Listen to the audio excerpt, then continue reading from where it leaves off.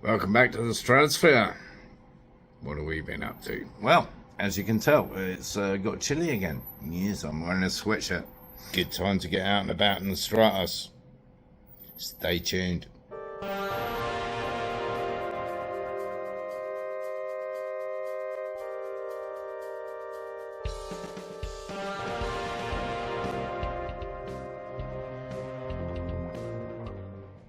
So yes, we'll be taking it out for a spin, but before we do that, I found this. Well, actually, ironically, before I found this, one of you messaged me to say, what do you know about Litton Corse? And I said, not a lot. So apparently they've been producing Stratos kits as well for many years, and I've never heard of them. And I couldn't find out much about them online, actually, to be honest, apart from the fact they seem to have started in 1988 and finished, sadly, in 2010. So if any of you guys know anything about them, please do comment below. I'm sure everyone will be very interested. Anyway, that one was up for grabs on eBay in the UK, so presumably a right-hand driver didn't actually check, for 23k, which is not bad. It's about 30 US, not even. Anyway, enough waffling on. Let's go for a drive. Buckle up.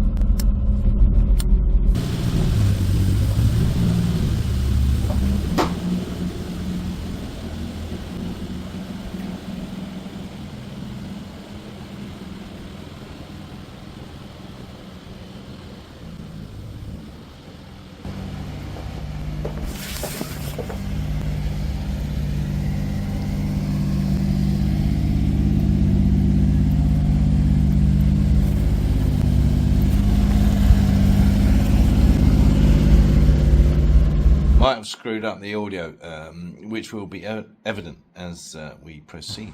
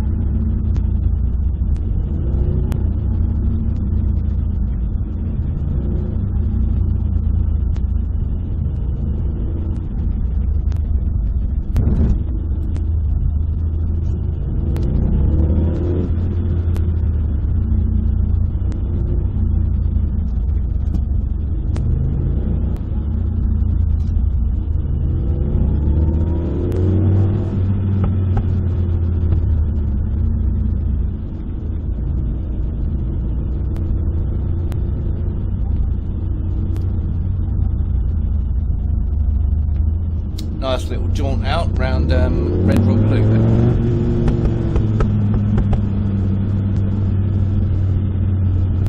One of the benefits of Red Rock Loop is a nice view of Cathedral Rock here behind me, featured on a US postage stamp in 2012 when I moved out here, which was the 100th anniversary of Arizona, which was also born on the 14th of February, just like me.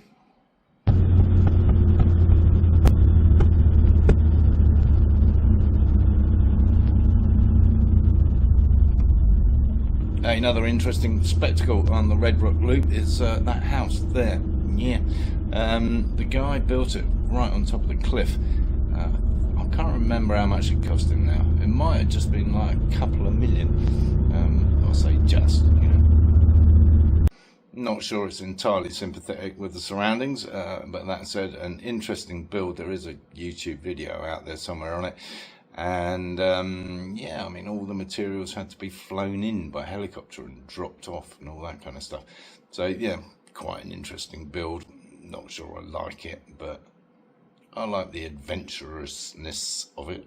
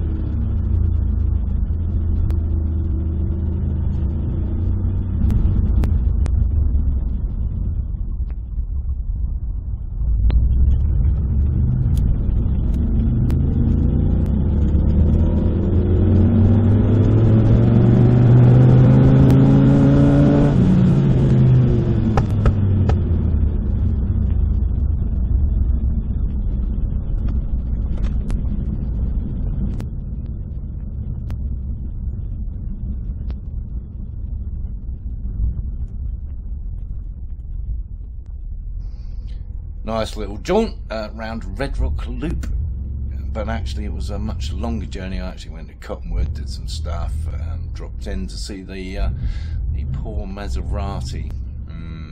Not in a good state.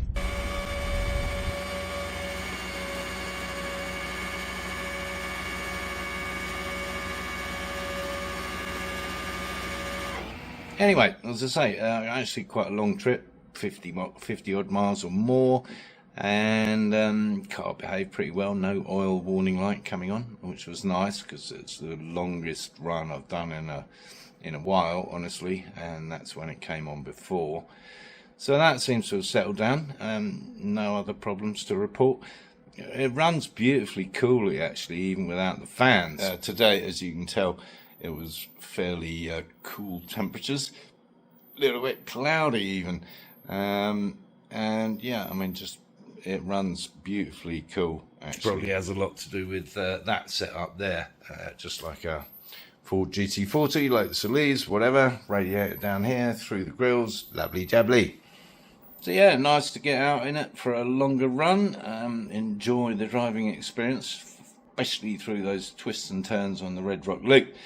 I mean, they're literally like 20-mile-an-hour bends, but that's the whole point. You can have fun without setting your trousers on fire. Don't need a hyperbolic supercar. Meanwhile, I did find out a little bit more about Litton Corse, and this particular Litton Corse, which I don't know. You let me know what you guys think. I mean, I don't think this is representative of what they do. I think this is just one particular model, and I'm not a fan, honestly. I like innovation and creativity, but I don't know. Let me know down here in the comments. All right. By the way, don't forget the outtakes coming soon. So I hope you enjoyed it. Thanks for tuning in. Do tune in again. If you thought the video was any good, give it a thumbs up. If you haven't already, subscribe down here somewhere. And of course, encourage others to watch my lunacy.